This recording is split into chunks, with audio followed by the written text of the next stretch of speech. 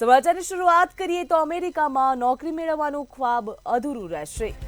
અમેરિકામાં નોકરી મેળવવાના ખ્વાબ અધૂરા રહેશે।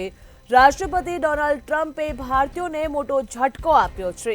જ્યાં ભારતીયોનું સપનું તૂટ્યું, નવી નીતિની ફ્રેશર્સને આંચકો આવ્યો છે। નવી નીતિના કારણે ફ્રેશર્સને આંચકો આવ્યો। અમેરિકન સરકારના H-1B વિઝા પ્રક્રિયામાં મોટો ફેરફાર કરવામાં આવ્યો, જેની સીધી અસર ભારતીય ટેક વ્યવસાયિકો પર પડશે।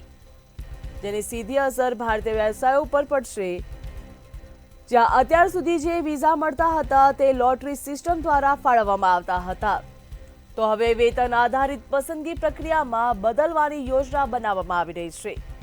જ્યાં ભારતીયોનું સપનું તૂટ્યું, નવી નીતિથી ફ્રેશર્સને આંચકો આવ્યો છે।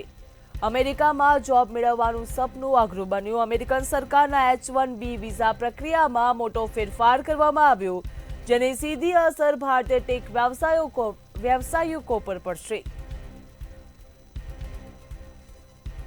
હવે અમેરિકામાં નોકરી મેળવવાના ખ્વાબ અધૂરા રહેશે। જે યુવાનો અમેરિકામાં નોકરી મેળવવાના ખ્વાબ હતા, તેમના ખ્વાબ અધૂરા રહેશે। રાષ્ટ્રપતિ ડોનાલ્ડ ટ્રમ્પે ભારતીયોને મોટો ઝટકો આપ્યો છે। જ્યાં ભારતીયોનું સપનું તૂટ્યું, નવી નીતિથી ફ્રેશર્સને આંચકો આવ્યો। અમેરિકન સરકારના H-1B વિઝા પ્રક્રિયામાં મોટો ફેરફાર કરવામાં આવ્યો, જ્યાં જેની સીધી અસર ભારતીય ટેક વ્યવસાયિકો પર પડશે।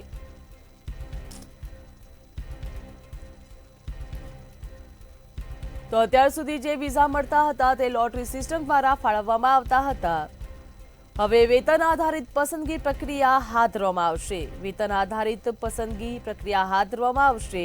ભારતીયોનું સપનું તૂટ્યું, નવી નીતિથી ફ્રેશર્સને આંચકો આવ્યો છે।